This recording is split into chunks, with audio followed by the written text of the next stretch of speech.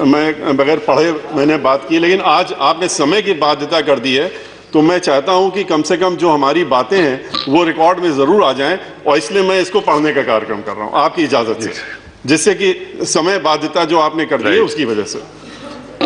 किसानों के बारे में सबसे पहले मैं कहना चाहूँगा कि आप किसानों को रोकने के लिए, आज उनके आंदोलन को रोकने के लिए, उनके प्रोटेस्ट को रोकने के लिए आप इस समय आपने खाई खोद दी है। खाई ये उनके लिए नहीं खोद रहे हैं, ये हम कहना चाहेंगे खाई अपने लिए खोद रहे हैं। जवानों को बंदूक लेकर खड़ा कर दिया है, पानी की बौछारें डाल रहे हैं, आंसू गैस के गोले छोड़ रहे हैं, उनका पानी बंद कर दिया, उनका खाना बंद कर दिया, यहाँ तक कि आपने शौचालय भी बंद कर दिए, और ये भी नहीं सोचा कि उसमें महिलाएं भी हैं, और ये ह्यूमन राइट्स का कितना बड़ा वायलेशन है, इसको आपको देखना चाहिए था। सड़क में कांटे की कील गाड़ दिए। इतनी तैयारी तो पाकिस्तान के बॉर्डर में भी शायद सरकार ने नहीं की होगी जितनी की दिल्ली के बॉर्डर पे कर दी है। जो हमारे अन्नदाता हैं उन्हें आज देश के दुश्मनों का दर्जा दिया जा रहा है। याद रखिए, ये किसान जिनके पास खाने को कुछ नहीं है, खोने को कुछ नहीं है, इन्हें आप डरा धमका कर और उन पर अपना कानून थोप नहीं सकते, जो कानून उनको पसंद नहीं है। हमारी समझ में नहीं आ रहा है कि जब आप 1.5 साल के लिए इस कानून को रोकने के लिए तैयार हो गए हैं, तो फिर ऐसी कौन सी मजबूरी है कि आप इसको वापस लेने में हिचकिचा रहे हैं।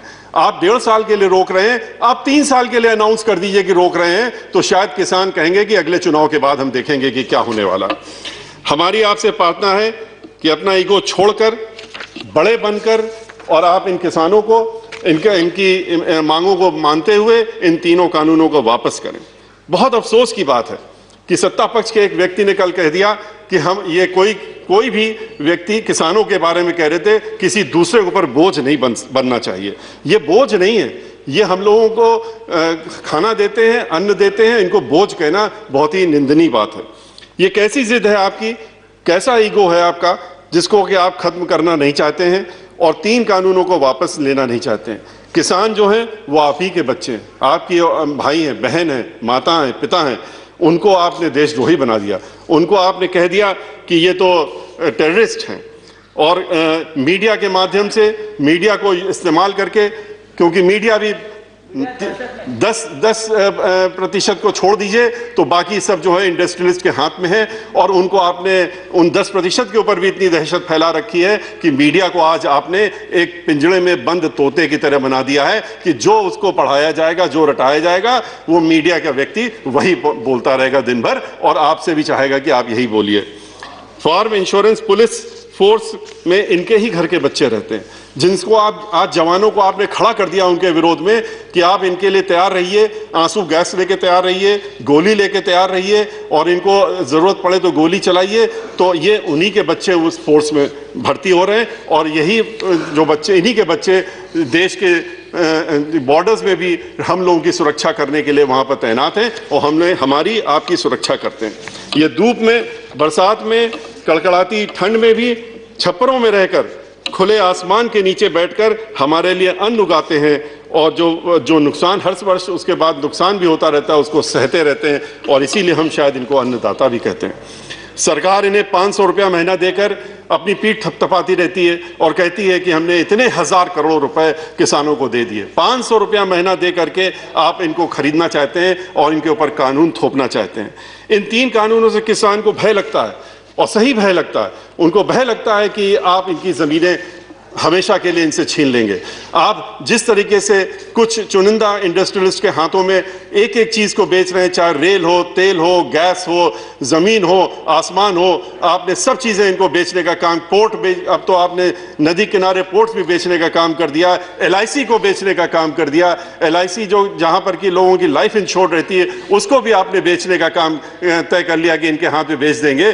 तो ऐसी स्थिति में आज आप बैंक को भी बेचने की तैयारी में आ गए। आपने कह दिया कि हम प्राइवेट बैंक भी और बेच रहे थे, अब आप सरकारी बैंक बेचने की बात कर रहे हैं। जब आप सरकारी बैंक को बेचना चाहते हैं, जिन बैंकों में इन्हीं इंडस्ट्रियल से घोटाला करके पैसा लेकर के विदेशों की सैर कर रहे हैं, तो किसान भी डर रहा है कि उनका क्या होगा। उनकी जमीन, एक बार जमींदारी एबॉलिशन एक्ट जब 1952 में आया था, जुलाई 1952 में आया था, आज से 70 वर्ष पहले, तो जमींदारी खत्म करके किसानों के हक में पूरे देश में ये कानून लाया गया था और उससे उनको फायदा भी हुआ था। आज आप ठेकेदारी के नाम पे उस जमींदारी को वापस लाना चाहते हैं। आज इन किसानों से ज़मीनों की उनकी लेन देन करके, उनके पट्टे करा करके, उनके ठेके में लेकर के आप उनको इस ज़मीनों से महरूम करना चाहते हैं। इसीलिए वो परेशान हैं कि इसके बाद इन ज़मीनों का क्या होगा और हमारे साथ क्या होगा। कानून के बारे में आप अच्छी तरह से जानते हैं, जो 3 कानून बनाए गए उसमें एक नहीं अनेकों खामियां हैं। किसानों के हक की कोई चीज़ नहीं है। एसडीएम तय करेगा कि कौन, अगर कोई बात होती है तो एसडीएम तय करे। एसडीएम आपकी सुनेगा, इंडस्ट्रियलिस्ट की सुनेगा कि या एक गरीब किसान की सुनेगा। उसमें अपील और रिवीजन और रिव्यू की पावर है। वो उसमें लिमिटेशन आपने किसान के लिए छोड़ दी 21 दिन, कुछ दिनों की, महीने भर की, और बाकी जो इंडस्ट्रियलिस्ट होगा, जो ठेकेदार होगा, उसके लिए आपने कोई रिव्यू की लिमिटेशन नहीं रखी। इस तरह का कानून आप लेकर के आए। एमएसपी के लिए किसान लड़ रहा, कह रहा कि आप एमएसपी जोड़ दीजिए। आप एमएसपी कानून में क्यों नहीं डालते हैं? एमएसपी इसलिए नहीं डाल रहे हैं क्योंकि आपकी नीयत साफ नहीं है। अगर नीयत साफ होती तो एमएसपी डालने का कानून में क्या परेशानी है? आप बार बार बाहर कह रहे हैं, हर जगह कह रहे हैं कि हम तो एमएसपी देंगे, आप क्यों परेशान हो रहे हैं? तो एमएसपी अगर आप देना चाहते हैं तो आप इस कानून में एमएसपी की बात क्यों नहीं रखते हैं? ये तो एक ऐसी ही जिद हुई कि हम जो चीज़ नहीं, आप ये कहते हैं कानून हमारा, इसलिए हम इसको लेके आ रहे हैं क्योंकि किसानों का भला हो जाएगा, किसानों का उद्धार हो जाएगा। जिसके आप उद्धार की बात कर रहे हैं, जिसके भले के लिए कह रहे हैं, वो स्वयं कह रहा है कि हमें ये पसंद नहीं है, हमारे हक में नहीं है, इसको आप हमारे ऊपर लागू मत करिए, इसको हमें मत थोपिए। तो आप कहते हैं नहीं, इसको तो हम आपको थोपेंगे। ये तो वैसी जिद हो गई कि एक स्टूडेंट कहता है कि हम तो इकोनॉमिक्स पढ़ेंगे, हम पॉलिटिकल साइंस पढ़ेंगे, हम इंग्लिश लिटरेचर में आगे पढ़ेंगे। आप कहेंगे नहीं नहीं, आपको तो मेडिकल में ही जाना पड़ेगा, इस देश के सारे लड़कों को मेडिकल पढ़ना पड़ेगा क्योंकि यही देश के हित में है और यही सारे बच्चों के हित में है। तो इस तरह की भावना रख करके थोपना ये अच्छी बात नहीं है। और इसीलिए हम लोगों की ये मांग है और हमारी पार्टी की भी मांग है, हमारी पार्टी की तरफ से हमारी पार्टी की मुखिया बहन मायावती जी ने भी मांग की है कि इन तीनों कानूनों को वापस लिया जाए, स्वामीनाथन रिपोर्ट लागू करी जाए, हर फसल में एमएसपी दिए जाने के लिए लीगल प्रोविजन लाए जाए, किसानों की प्रताड़ना बंद करे। 26 जनवरी को जो हुआ उसके लिए हम लोग उसकी बहुत भर्त्सना करते हैं। हमारे लिए भी झंडा जो है, इस देश का तिरंगा जो है, वो जान और शान और हर चीज़ के लिए सबसे ऊपर है। और हम लोग भी उसके अगर कोई भी उस पर दाग लगता है तो हम लोग उसको सह नहीं सकते। ऐसे लोग जिन्होंने इसमें लगाने की कोशिश की है और लाल किले में चढ़ करके उन्होंने तिरंगे झंडे को नुकसान पहुंचाने की कोशिश की है, उनके खिलाफ सख्त कार्रवाई होनी चाहिए। और उनको मैं आखिरी में 2 मिनट आपसे इसलिए मांग रहा हूं कि प्रेसिडेंशियल, अब आपने चूंकि कह दिया था कि किसान का अलग होगा और वो अलग नहीं होगा, तो एक साथ होगा, तो इसलिए दोनों पे बात करना जरूरी है। तो इसलिए मैं बहुत ही शॉर्ट में अपने प्रेसिडेंशियल जो एड्रेस है उसके बारे में और बातें जो है उनके बारे में कुछ बातें कहूँगा। जहाँ तक आज देश में अनएम्प्लॉयमेंट इस कदर बढ़ गया है कि मैक्सिमम स्तर पर अनएम्प्लॉयमेंट बढ़ा हुआ है। 2 करोड़ नौकरी देने का वादा किया था, जिस तरह से आपने 15 लाख रुपए देने का वादा किया था गरीबों को उस सालाना, लेकिन 1 करोड़ से ज़्यादा नौकरियां जाने का काम हो रहा है। ये सब डीमोनेटाइजेशन का असर है। उसके बाद से आज के रोज पीएचडी स्टूडेंट्स जो हैं वो भी क्लास 4 की नौकरी के लिए दरखास्त लगाते हैं तो लाखों में दरखास्तें आती हैं। इस स्थिति में आज हम लोग पहुंच गए हैं। एजुकेशन की पॉलिसी आपने ऐसी बनाई है जिसमें कि आप ये नहीं देख रहे हैं कि एक पीएचडी को कहते हैं कि आप नर्सरी पास बच्चे को पढ़ाने का काम करिए, वो भी उसके पहले एलिजिबिलिटी टेस्ट पास करिए। इसकी वजह से जो अनेकों एमबीए हैं, जो और पढ़े लिखे पोस्ट ग्रेजुएट स्टूडेंट्स हैं, उनको नौकरियां नहीं मिल रही, जो पहले पढ़ाने का काम करते थे, जिन्होंने हम लोगों को भी पढ़ाने का काम किया। वो कोई पीएचडी होल्डर्स या खाली वही नहीं थे जिन्होंने पढ़ाने का स्कूलों में काम किया, वो ग्रेजुएट्स भी थे, पोस्ट ग्रेजुएट से पढ़ाते थे। आज आपने LIC को बेचने का जो डिसीजन लिया है वो बहुत ही घातक है। 49% पहले आप स्टेक बेच रहे थे, अब आपने 75% बेचने का। एक व्यक्ति होता है उसको लगता है कि हमारी लाइफ इंश्योर्ड है या हमारे बाद हमारे बच्चों को इंश्योरेंस मिलेगा। आज आप उसको भी प्राइवेट हाथों में बेच रहे हैं। जिस तरह से आप हर चीज को बेचने का काम कर रहे हैं ये उचित नहीं है। Thank you Satish ji.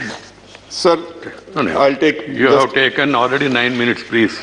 Sir 10 minute की हमने छूट मांगी थी, 10 मिनट की छूट मांगी थी।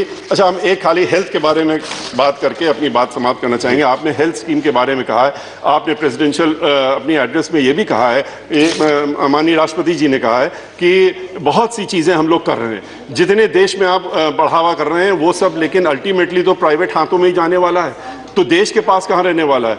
2-3 प्राइवेट जो लोग हैं उन्हीं के हाथ में इसको भी बेच देंगे आप। हेल्थ स्कीम में आपने कहा है कि आपने बहुत किया, बहुत अच्छा किया, लेकिन आप ये भी तो देखिए कि इसमें और भी आगे बढ़ने की जरूरत है। हमने पिछली बार भी माननीय सभापति जी के सामने भी हमने ये बात कही थी कि कैंसर के पेशेंट्स पूरे देश में रोज हर महीने लाखों की संख्या में बढ़ रहे हैं। कैंसर का ट्रीटमेंट जो होता है उसके लिए मशीन चाहिए होती है, लीनियर एक्सरे मशीन चाहिए होती हैं, और लीनियर जो एक्सलेटर मशीन होती है वो सिर्फ विदेशों में बनती है और 2 ही कंपनियां बनाती हैं।